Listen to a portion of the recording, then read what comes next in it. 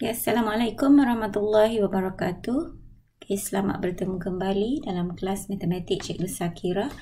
Dan pada hari ini kita akan teruskan lagi matematik KSSM tingkatan 3 bab yang ketujuh, iaitu melukis unjuran ortogon bahagian yang kedua. Okay, sebelum itu kita ingatkan balik apa yang dimaksudkan dengan unjuran ortogon. Okay, unjuran ortogon ialah imej yang terbentuk pada suatu satah oleh norma-normal kepada satah itu daripada objek tersebut dari arah pandangan tertentu. Okay, dan kalau kita nak imagine apa yang dimaksudkan unjuran ortogon, kita boleh juga anggapkan unjuran ortogon ini seperti imej yang terbentuk pada satah apabila objek disuluh dengan lampu suluh. Ini adalah perumpamaan lah supaya kita boleh faham apa yang dimaksudkan dengan unjuran ortogon.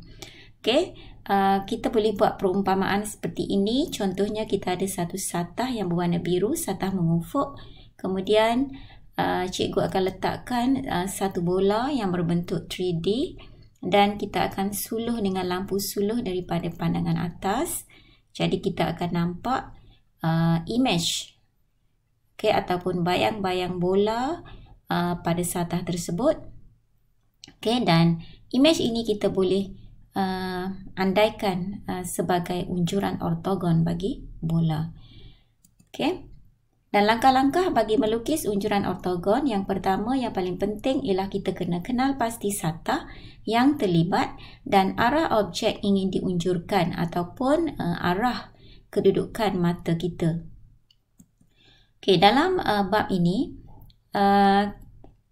sebenarnya kita akan belajar dua jenis satah sahaja, iaitu yang pertama ialah satah mengufuk dan yang kedua kita ada juga satah mencancang.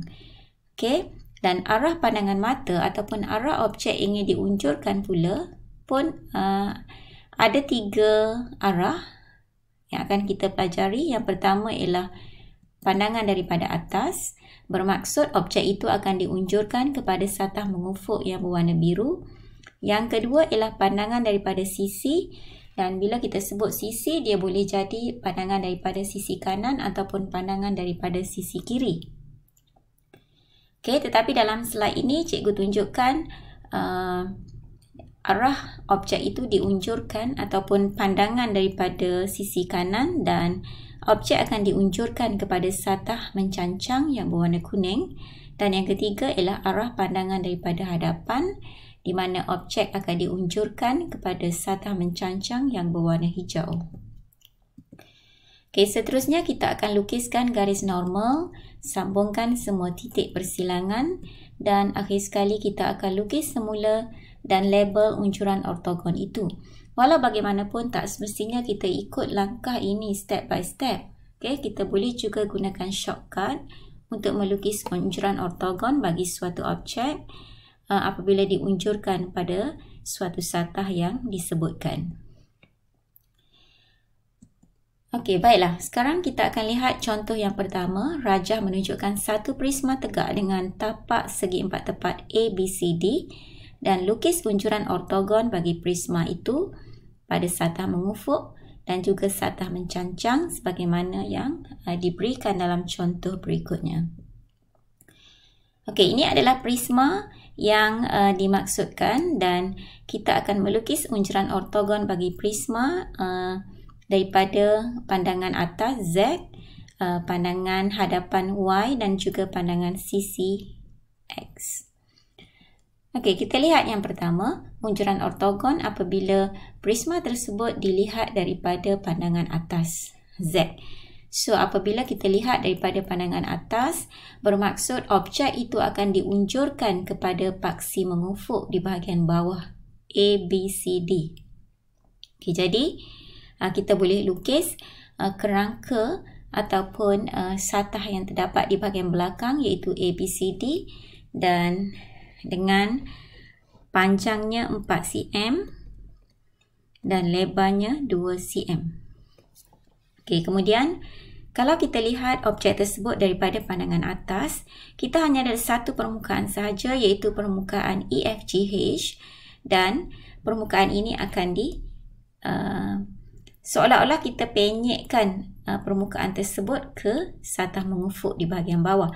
Okey, macam mana cara kita nak labelkan unjuran ortogon? Kalau kita lihat, okey, di sebelah depan, okey, kita akan, kalau kita pandang daripada atas, kita akan nampak bucu F terlebih dahulu dan diikuti oleh bucu A.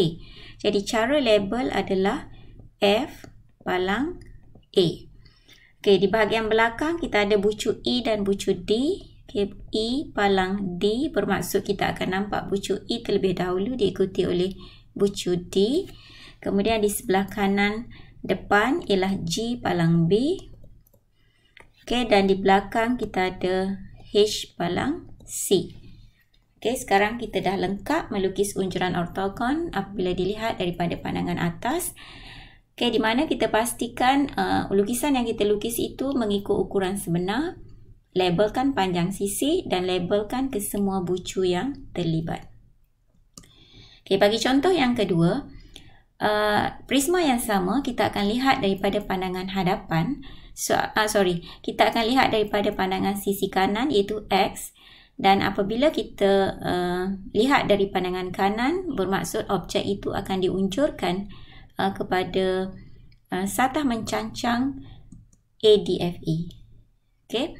Dan kalau kita lihat daripada pandangan sisi kanan, sebenarnya kita ada dua permukaan. Okay, yang pertama yang ini dan yang kedua adalah permukaan yang agak condong.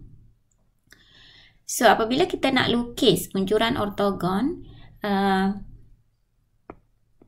permukaan yang lebih senang untuk kita lukis adalah permukaan yang mencancang ataupun mengufuk.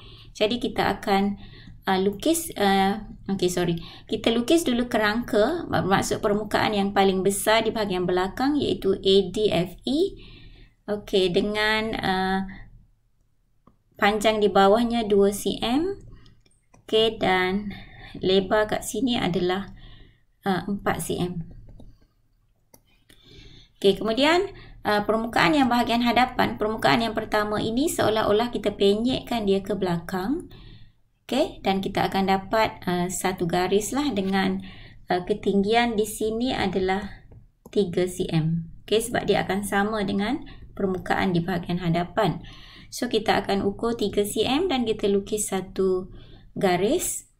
Okay, jadi kalau dekat sini 3 cm bermaksud dekat sini adalah 1 cm. Okay, dan baki yang berwarna biru, baki yang berwarna biru di bahagian atas itu adalah unjuran bagi permukaan yang condong EFGH. Okey. Dan cara kita nak label di bahagian depan ini adalah B palang A. Okey, di bahagian sini adalah C palang D. Kemudian bagi bucu G, dia kalau kita unjurkan ke belakang, di belakangnya tidak ada sebarang huruf. Jadi dekat sini adalah G sahaja. Okay, begitu juga dengan H, di belakangnya tidak ada huruf, jadi H sahaja. Dan bagi bucu E, di depannya tidak ada sebarang huruf, jadi E sahaja, dan dekat sini adalah F sahaja. Okay, so itu adalah unjuran ortogon bagi prisma sebagaimana dilihat daripada arah X. Okay, dan yang terakhir, unjuran ortogon bagi prisma sebagaimana dilihat daripada arah hadapan iaitu Y. So, kalau kita lihat daripada arah hadapan, kita akan nampak trapezium ABGF. Okay, dan kalau kita unjurkan ke belakang, okay, dia akan memberikan bentuk yang sama lah sebab ABGF itu adalah kerak terentas. Okay, jadi kita boleh terus lukis. Okay, dekat sini adalah 4 cm, ketinggian dia juga 4. Okay, so panjang 4, ketinggian sebelah kiri 4, ketinggian sebelah kanan 3, dan kita boleh sambung garis yang condong. Okay, so dekat sini adalah B palang C, kat sini adalah G palang H, kat sini adalah F palang E, diikuti oleh A palang D.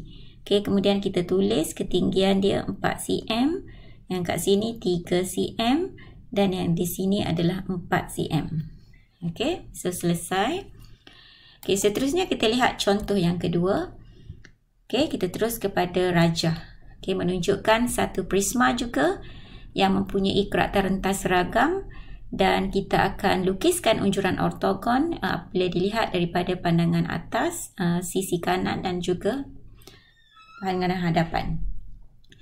Okey, kalau kita lihat daripada atas, yang kita akan mula-mula nampak adalah satah mengufuk di bahagian bawah ABCD. Jadi kita lukis dulu kerangka ataupun permukaan yang paling besar, iaitu 6 kali 5. Okey, dekat sini adalah 6, dekat sini adalah 5. Okey, kemudian kalau kita lihat daripada pandangan atas, kita ada 3 permukaan. Okey, ini yang pertama, ini yang kedua dan permukaan yang ketiga yang agak condong. Jadi apabila kita lukis permukaan tersebut, kita lukis dulu permukaan yang mengufuk ataupun mencancang. Okey, yang condong itu adalah permukaan yang terakhir kita akan lukis. Okey, bagi permukaan yang pertama, seolah-olah kita bawa dia ke bawah. Okey, dengan jarak kat sini 3 cm. So kita ukur 3 cm dan lukis satu garis. Okey, kat sini adalah 3 cm. Kemudian kita lihat pula permukaan yang kedua. Okey, kita uncurkan dia ke bawah. Okey, dengan jarak 2 cm daripada kanan. Kita lukis satu lagi garis. So kat sini 2 cm. Jadi dekat sini secara automatik adalah 1 cm sebab keseluruhan AB bersamaan dengan 6 cm. Okey, sekarang kita label lah. Okey, yang ini adalah JB. Kat sini adalah KC, kat sini L sahaja, G sahaja, HD, kat sini adalah EA. Okey, kat sini adalah kat sini adalah F dan kat sini adalah I. Okey, seterusnya pandangan daripada kanan. Okey, kalau kita lihat daripada kanan, yang kita akan mula-mula nampak adalah satah mencancang. Okey, jadi kita boleh terus lukis 5 kali 4. Okey, 5 kali 4. Kemudian yang kita akan nampak hanya 2 permukaan sahaja sebab permukaan yang pertama dan kedua ini adalah mengufuk dan kita tak akan nampak lah kalau kita lihat daripada pandangan sisi. Okey, jadi permukaan yang pertama, okey, kita uncurkan ke belakang, okey, dengan ketinggian 2 cm. Jadi kita boleh ukur dan lukislah 2 cm dekat sini. Jadi permukaan yang condong ini secara automatik akan diuncurkan ke kawasan yang berwarna biru. Okey, juga 2 cm. Okey, jadi kita boleh label. Kat sini adalah B palang A. Kat sini adalah C palang D. Kat sini adalah F palang E. Kat sini adalah G palang H. Okey, dan kita ada I kat sini dan L. Okey, 5 cm dan 4 cm. Okey. Okey, dan yang terakhir adalah pandangan daripada hadapan. So sekiranya kita tengok daripada hadapan, kita akan nampak karakter rentas, dan kalau kita bawa ke belakang juga dia akan membentuk karakter rentas. Okey, jadi kita boleh terus lukis 6 cm, 4 cm ke atas, 3 cm, 2 cm, 2 cm dan label. Okey, so seterusnya kita akan label. Dekat sini adalah B palang C, kat sini adalah A palang D, kat sini E palang H dan F palang G, dan ini adalah I palang L. Okey, 2 cm, 2 cm, ini 6 cm, 4 cm, 3 cm. Okey. Itu adalah cara bagaimana kita melukis unjuran ortogon sebagaimana dilihat daripada pandangan atas, pandangan sisi dan juga pandangan dari arah hadapan. Okey.